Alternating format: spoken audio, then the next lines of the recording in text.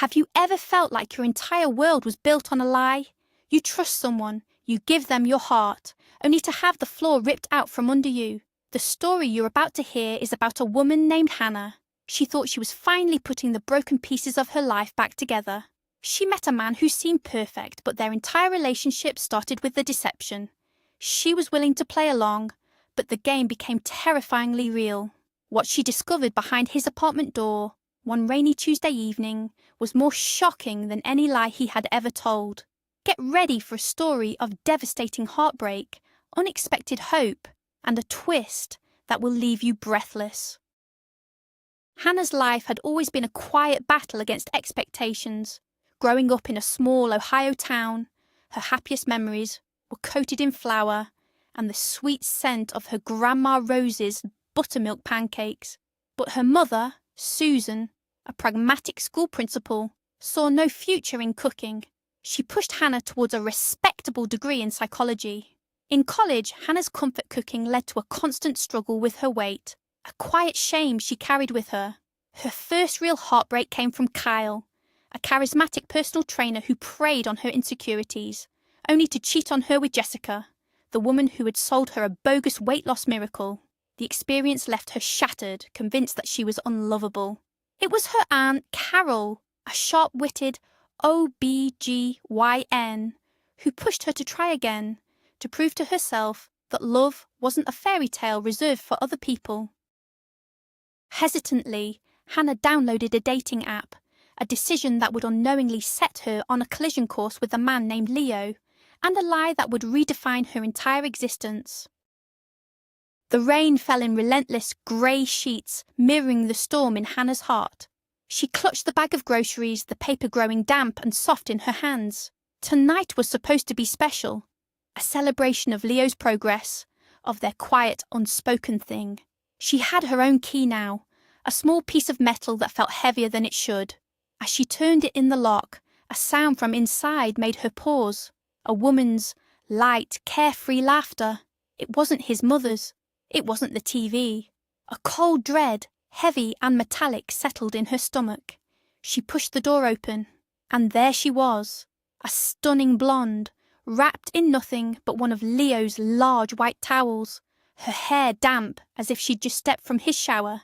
The air smelled of her perfume, a cloying gardenia scent that choked out the familiar smell of his apartment. The woman looked at Hannah, her eyes wide, before a slow, triumphant smile spread across her lips. The grocery bag slipped from Hannah's numb fingers, oranges and a carton of eggs tumbling and cracking across the hardwood floor. Time seemed to warp and bend. The blonde, Chloe, just stood there, a vision of casual intimacy that felt like a physical blow.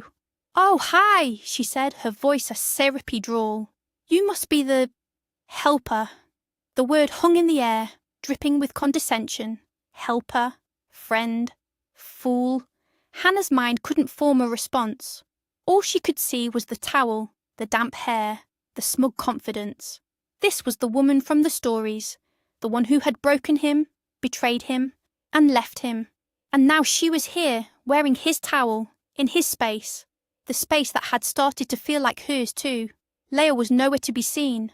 The silence of the apartment was deafening, broken only by the drip of rain against the window pane and the slow, agonizing beat of Hannah's own heart. She backed away slowly, her heel crushing an orange. The sharp, citrus scent was a cruel mockery of the warm, comforting dinner she had planned to cook. Without a word, she turned and fled, leaving the mess and the laughter behind. This feeling of betrayal was horribly familiar.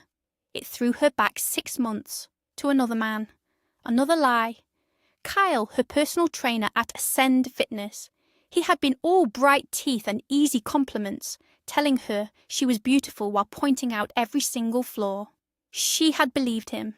She'd bought into the dream he sold, and the expensive meal replacement shakes from his business partner, Jessica. The day she found them together in the back of his Jeep, laughing about her, was the day something inside her broke. The memory was a fresh wound, and seeing Chloe at Leo's apartment felt like salt being rubbed directly into it. It was her Aunt Carol's voice that had pushed her back into the world. You can't let one jerk define you, Han. Get back out there. Prove him wrong. So she had. Swiping through profiles on ConnectSphere felt hollow, a parade of shirtless men in bathrooms and cliched bios. It was a game she didn't feel equipped to play, a world where her insecurities felt magnified on the small screen. Then she saw Leo's profile. No gym selfies, no pictures of fish, just a warm, genuine smile in a photo taken in a sun-drenched park, and another of him laughing, head thrown back, with a golden retriever. His bio was simple, quoting a line from a book she loved. It felt real. They started messaging and the connection was immediate. He was witty, intelligent, and asked questions about her dreams, not her dress size. For the first time since Kyle, she felt a spark of something that wasn't fear or self-doubt. It was hope. When he asked to meet, her first instinct was to say no, to retreat back into her safe shell. The thought of a first date, of being judged in person, was terrifying. She spent an hour staring at her reflection, the critical voice in her head, listing all the reasons he would be disappointed. But then she remembered Carol's words and the surprising comfort of Leo's messages. With a deep breath, she typed back, "I'd love to." The park was bathed in the golden light of late afternoon. Hannah's hands were clammy, her heart a frantic drum against her ribs. She smoothed down her dress for the 10th time, scanning the benches near the fountain where they'd agreed to meet. She saw him almost immediately. It was the same warm smile from his photo, but he wasn't standing. He was sitting in a sleek modern wheelchair. For a moment, her brain short-circuited. She had been so consumed by her own anxieties about her appearance that this possibility had never even crossed her mind. He saw her and waved, his smile unwavering, though she could see a flicker of apprehension in his eyes. As she walked toward him, a strange thing happened. All her self-consciousness, the nagging worries about her weight and whether her dress was flattering, simply evaporated. They were replaced by a wave of shame for her own vanity and a powerful magnetic pull toward the man waiting for her. "Hannah," he asked, his voice exactly as she'd imagined it. "Leo, I'm glad you came." His honesty was disarming. They talked for hours, sitting by the water as the sun dipped below the skyline of Columbus. He was even more captivating in person. He spoke of his work as a software architect, his passion for old movies, and his life in New York before he moved here. He never once mentioned the wheelchair, and she didn't ask. It was simply a part of him, like the colour of his eyes or the sound of his laugh. She found herself opening up in a way she never had before, talking about Grandma Rose's pancakes and her dream of one day opening a small bistro. He listened, truly listened, with an intensity that made her feel seen. As the evening ended, she felt a connection that was deeper and more real than anything she had ever experienced. The wheelchair didn't matter. The lie on his profile didn't matter. All that mattered was the man in front of her. On their third date, over coffee that had long gone cold, he finally told her, "There's something you should know, Hannah." He took a deep breath, his gaze fixed on his hands. He told her about the car accident, about Chloe, his girlfriend at the time, who had been behind the wheel.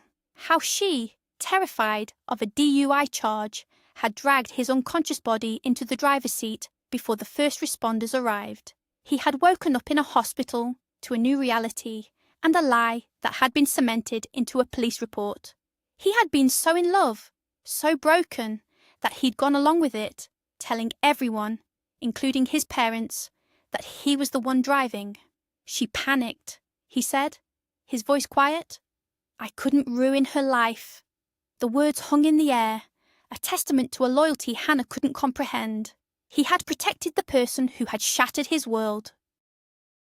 His story was a painful mix of love, betrayal, and a deep, misguided sense of honour that left her speechless. Then came the request, the one that would change everything. "My parents are coming into town next weekend," Leo said, his eyes pleading. "They've been pressuring me to reconcile with Chloe, the Nadia I told them about. They don't know the truth. They just think we had a bad fight." He paused, the words catching in his throat. "I can't face them alone." I can't listen to them tell me to forgive her." He looked at her, his vulnerability a raw, open wound. "I know this is insane, but would you pretend to be her? Just for one dinner? Just so I can have one evening of peace?" Hannah stared at him, her mind reeling. It was an absurd, impossible request. A complete stranger asking her to step into the shoes of his treacherous ex-girlfriend. Every rational part of her screamed, "No!" But looking at his face, seeing the desperation and the profound loneliness in his eyes, she heard herself say, "Okay, I'll do it." The dinner was one of the most surreal experiences of Hannah's life. Leo's parents, Richard and Catherine, were sophisticated and intimidating, with an air of East Coast wealth that made Hannah feel clumsy and provincial. She played her part, answering their polite questions with the vague details Leo had coached her on. She could feel their scrutiny, especially from Catherine, whose sharp eyes seemed to see right through the facade. The tension was thick enough to cut with a knife. But then a strange shift occurred. When the conversation turned to food, Hannah found her footing. She talked about her passion for cooking, with a genuine enthusiasm that was impossible to fake. She described the flaky crust of a perfect apple pie with such detail that Richard actually smiled. For a brief moment, she wasn't an imposter. She was just Hannah. And she saw a flicker of something new in Leo's eyes as he watched her. Not gratitude, but admiration. As they spent more time together, the lines between the ruse and reality began to blur. Hannah found herself thinking about Leo constantly, not as a project or a friend she was helping, but as something more. One evening, he was telling her about the frustrating prognosis from his doctors, the grim acceptance in his voice. "They say this might be it," he said, gesturing to his chair. "But what do they know?" Hannah shot back, a sudden fire in her belly. "My Aunt Carol knows a guy, a physical therapist, Dr. Marcus Thorne. He's unconventional, but he works miracles." She made the call that night. She drove Leo to his first appointment with the grizzled, no-nonsense therapist. Watching him push through the grueling, painful exercises, she felt an overwhelming wave of protectiveness. She wasn't just playing a part anymore. She was invested. She was fighting for him. And in doing so, she was starting to fight for herself too. Dr. Thorne's sessions were brutal, but they were working. Slowly, miraculously, Leo started to regain some sensation in his legs. The hope that flickered in his eyes was brighter than any of the city lights outside his window. Their evenings together changed. The pretense fell away, replaced by a comfortable intimacy. She would cook for him in his kitchen, the easy movements a soothing balm for both of them. He'd tell her about the lines of code he was writing for a new project, and she'd tell him about her latest recipe. One night, while she was kneading dough on his counter, he quietly said, "You know, you come alive in a kitchen. It's like watching an artist at work." No one had ever said anything like that to her before. It wasn't a compliment about her weight or her appearance. He was seeing her, the real her. She looked up, her hands covered in flour, and saw him watching her with an expression of such profound tenderness that it stole her breath away. The charade for his parents continued, but it felt different now, less like a lie, and more like a secret they shared. Richard and Catherine were slowly warming to her, won over by her cooking and her obvious devotion to their son. "You're good for him, dear," Catherine had told her during their last visit, her voice softer than usual. "He seems lighter." Hannah knew it was true. The dark clouds of his past were beginning to part, and so were hers. The memory of Kyle's betrayal was fading, replaced by the reality of Leo's quiet strength and unwavering kindness. She was falling in love with him. It was a terrifying, exhilarating realization. She was falling for a man whose life was built on a lie she was helping to maintain, a man who might still be in love with the woman who had destroyed him. The situation was a tangled mess, but her feelings were startlingly, undeniably clear. Their fragile new world was shattered on a sunny Saturday afternoon. They were by the river, enjoying the first real warmth of spring, when a figure approached them.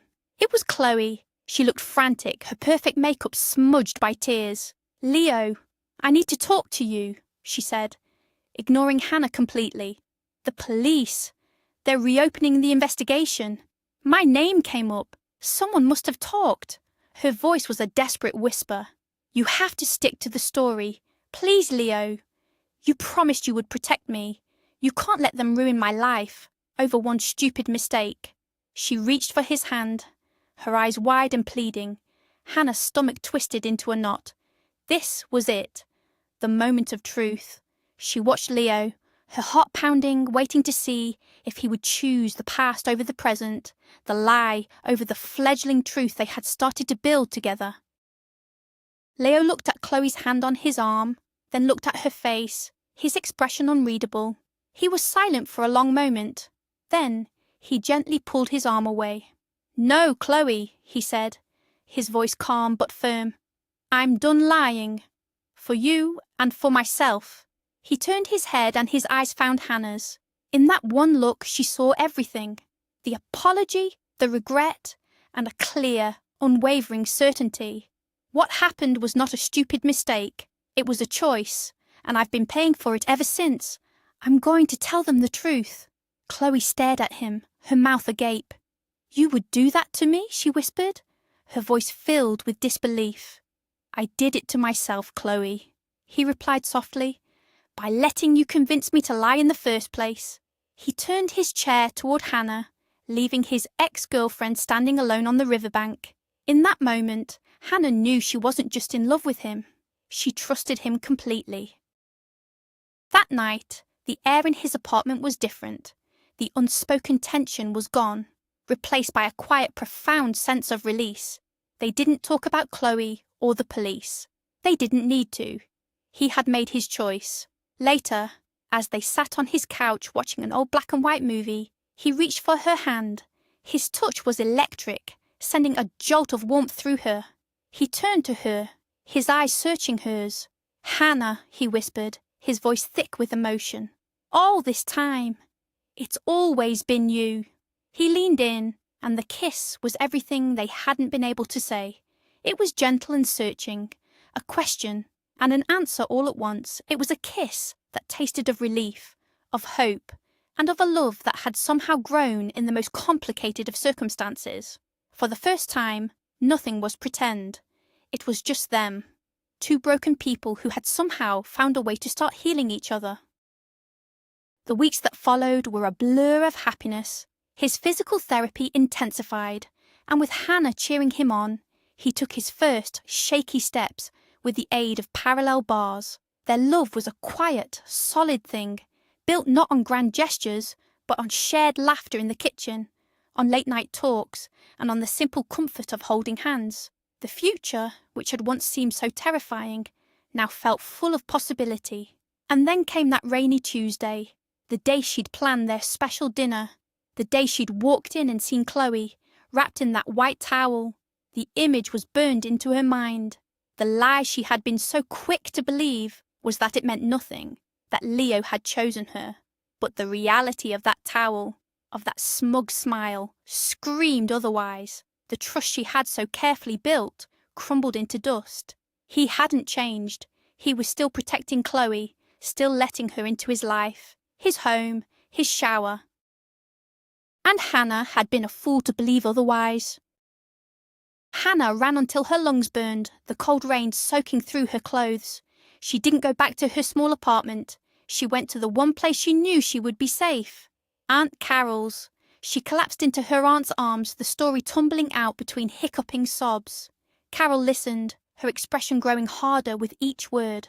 A few weeks later, the persistent nausea started.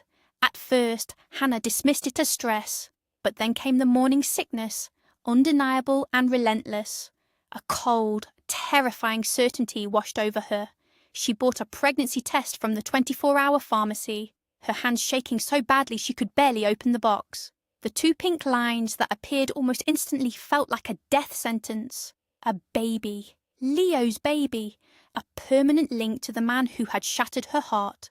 She sat on the floor of Carol's bathroom, the plastic stick in her hand, feeling completely and utterly alone. Her life was no longer her own. Her first thought was that she couldn't do it. She couldn't bring a child into this mess. She made an appointment at a clinic, her heart a cold, heavy stone in her chest, but she couldn't hide it from Carol, who took one look at her pale face and shadowed eyes and knew immediately. That evening, Carol sat her down in the living room. "Before you do anything, Hannah, I want to tell you a story," she began. She spoke of a choice she had made in her 20s, when she was a promising medical resident, a fleeting romance, an unexpected pregnancy, and a decision to prioritize her career. "I told myself I'd have kids later," Carol said, her voice uncharacteristically soft. "But later never came. I have a great career, a nice apartment and a very demanding cat. But some nights, the silence is deafening." She looked at Hannah, her eyes shining with unshed tears. This baby might be the best thing that ever happens to you. Don't make my mistake, Han. Let me help you. We can do this together." Carol's words were a lifeline. Hannah kept the baby. She moved into her aunt's spare bedroom, and together the two women prepared for the arrival. 9 months later, Mia was born. A tiny, perfect creature with Hannah's blue eyes and a tuft of dark hair. Holding her daughter for the first time, Hannah felt a love so fierce and absolute, it eclipsed all the pain and heartbreak that had come before. Leo was a ghost, a phantom she tried not to think about. He had called and texted obsessively for weeks after that rainy night, but she had blocked his number, unwilling to hear more lies. Now, her world revolved around Mia. To channel her restless energy during late-night feedings, she started a food blog calling it Grandma Rose's Kitchen. She posted recipes from her childhood, writing stories about the memories attached to each dish. It was a small thing, a way to connect with her past and build something new. She had no idea that her small corner of the internet was about to change her life forever. The blog grew slowly, then all at once. People were drawn to Hannah's heartfelt writing and her comforting, accessible recipes. One afternoon, an email appeared in her inbox with the subject line, "An inquiry from New York." It was from Eleanor Vance, a name Hannah recognized immediately. Vance was a legend in the culinary world, the owner of a small empire of Michelin-starred restaurants. The email was brief and to the point. Eleanor had been following her blog. She was impressed. She was opening a new farm-to-table concept restaurant in Manhattan and wanted to offer Hannah a position as a junior sous chef. The offer included a generous salary and assistance with relocation. Hannah stared at the screen, her heart pounding. New York. It was an impossible dream. But what about Mia? The thought of leaving her, even for a short time, was agonizing. Yet the opportunity was a once-in-a-lifetime chance to finally become the person she had always dreamed of being. It was a gut-wrenching decision. After countless tearful conversations, a plan was formed. Hannah would go to New York. She would work, save, and build a stable life. Mia would stay in Ohio with her mother and Aunt Carol, where she was surrounded by love. The day Hannah left was the hardest of her life, holding her little girl and promising she would be back soon. The kitchen at Eleanor Vance's restaurant, Hearth, was a baptism by fire. It was a world of screaming hot pans, razor-sharp knives, and relentless pressure. But Hannah thrived. She poured all of her pain, her love, and her ambition into her food. The long, grueling hours were a strange kind of therapy. She worked with an intensity that impressed everyone, including the formidable Eleanor. The extra weight she had carried for years, both physically and emotionally, melted away. She wasn't dieting, she was fueled by purpose. A year later, she brought Mia to New York to live in their sunny 2-bedroom apartment. She was no longer a victim. She was a chef. She was a mother. She was whole. Years passed. Hannah rose through the ranks at Hearth, eventually becoming Eleanor's trusted executive chef. Her life was a carefully orchestrated symphony of school runs, purveyor meetings, and late-night menu planning. It was a full, happy life, but a part of her heart remained closed off. She never dated. The ghost of Leo was a constant, quiet presence, a question mark she had never allowed herself to answer. One evening, a VIP reservation came through. 2 diners who had requested the chef's tasting menu. As the final course went out, the host informed her that the guests had requested to speak with the chef personally to offer their compliments. Annoyed at the interruption but committed to hospitality, Hannah wiped her hands on her apron and pushed through the swinging doors into the dining room. At a corner table, bathed in the warm glow of the restaurant, sat Richard and Catherine, Leo's parents. They looked older, but their faces were unmistakable. They stared at her, their forks frozen mid-air, their eyes wide with shock and recognition. The air crackled with unspoken history. "Nadia," Catherine whispered, her voice barely audible. "It's Hannah," she corrected, her own voice steady despite the tremor in her hands. It was always Hannah. She stood before them, not as the insecure girl they had met years ago, but as a confident woman in command of her world. They insisted she join them, and over glasses of wine they didn't drink, the truth finally came out. They told her about Leo's frantic calls after she disappeared, about the real story of that rainy afternoon. Chloe had shown up in a panic claiming her clothes were ruined by a passing car and begged to use his shower. Just then, Leo got an emergency call from work. He'd yelled to Chloe to lock the door on her way out and rushed off, forgetting his phone in his hurry. When he returned hours later, Chloe had gleefully told him how she'd gotten rid of Hannah for him. He had thrown her out, enraged and heartbroken. "He never stopped looking for you, Hannah," Richard said, his voice heavy with regret. "He moved back to New York a few years ago. He thinks you hate him." Hannah's world tilted on its axis. Every assumption she had made, every wall she had built around her heart, was based on a misunderstanding, a cruel manipulation by a jealous woman. The anger and hurt she had harboured for years dissolved, replaced by a wave of regret so profound it almost buckled her knees. She had a daughter who had never known her father, all because of a lie. That night, she couldn't sleep. She looked at Mia, sleeping peacefully in her bed, and saw Leo's smile in the curve of her lips. The next day she did the one thing she had been too proud and too afraid to do for years. She asked Richard for Leo's number. She stared at the digits on the screen for a long time before finally pressing call. He answered on the second ring, his voice hesitant. "Hello." "Leo," she breathed out, the name feeling both foreign and achingly familiar. "It's Hannah. We need to talk." He showed up at her apartment an hour later. He was leaner, with fine lines around his eyes, but it was the same warm smile, the same kind eyes.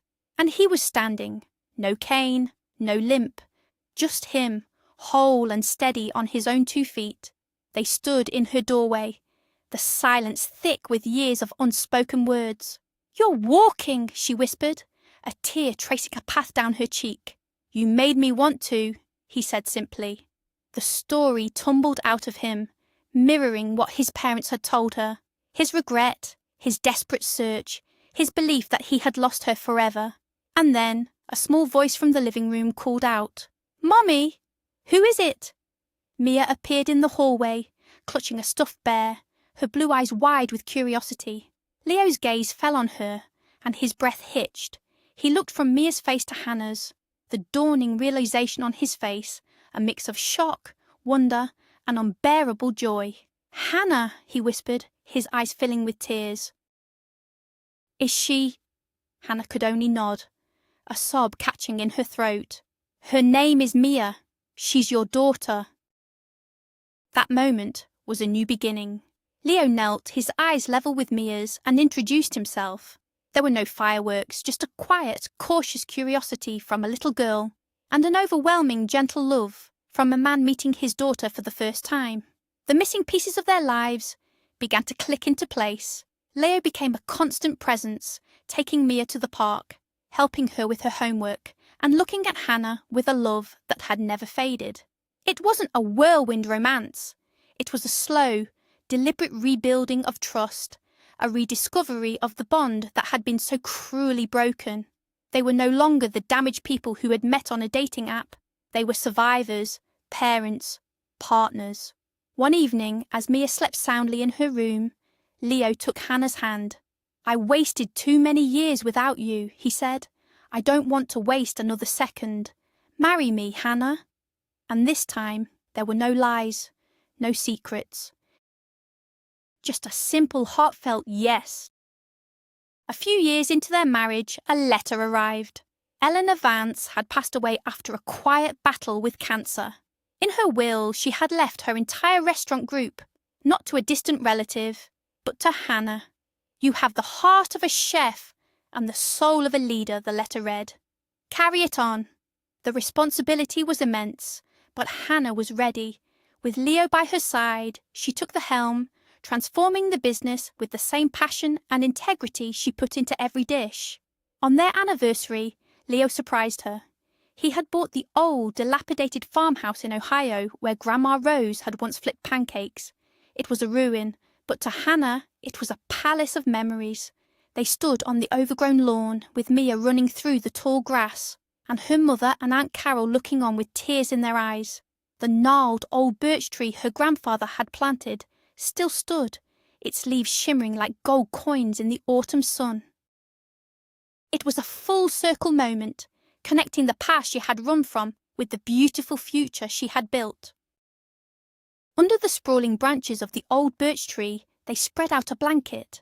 Hannah unpacked a basket, revealing not a fancy gourmet meal, but a stack of warm, fluffy buttermilk pancakes. The smell of melted butter and maple syrup filled the air, a scent of home, of forgiveness, and of unconditional love. As they ate, surrounded by family, Hannah looked at Leo. She saw the boy from the dating app, the man in the wheelchair, the father of her child, and the partner who stood by her side. Their journey had started with a lie, a tangled web of secrets and pain, but it had led them here, to this moment of perfect, unvarnished truth. They had navigated the storm and found their way back to each other, stronger and more whole than they had ever been apart. Their love story wasn't a fairy tale. It was real, messy, and hard-won, and because of that, it was more beautiful than any perfect story could ever be. Mia, now a bright-eyed preteen, looked from the old house to her parents. "So you pretended to be someone else and you fell in love?" she asked, a mischievous grin on her face. Leo laughed, wrapping an arm around Hannah. "Something like that," he said. "Sometimes you have to go through a lot of wrong turns to find the right path." Hannah leaned her head on his shoulder, her heart full. She thought of all the versions of herself she had been: the insecure girl, the heartbroken victim, the determined single mother, the successful chef. Each one had been a necessary step on the journey. Each one had led her to this exact moment of peace. The sun filtered through the golden leaves above, dappling them in warm light. It was a long way from a rainy night and a cracked carton of eggs on a stranger's floor. It was home. In the end, Hannah and Leo's story wasn't just about finding love. It was about finding themselves. They had to confront the ghosts of their pasts, learn to forgive, and be brave enough to trust again, even when it seemed impossible. The lie that started their relationship was ultimately burned away by the truth of their connection. Their journey reminds us that the most beautiful things in life are often born from our most painful moments, and that true strength isn't about never falling, but about how we choose to pick ourselves and each other back up. Thank you so much for joining us on this emotional journey. If you were moved by Hannah and Leo's story, please show your support by hitting the like button, subscribing to the channel, and sharing your thoughts in the comments below. We'd love to hear from you. Have you ever had a misunderstanding that completely changed the course of a relationship?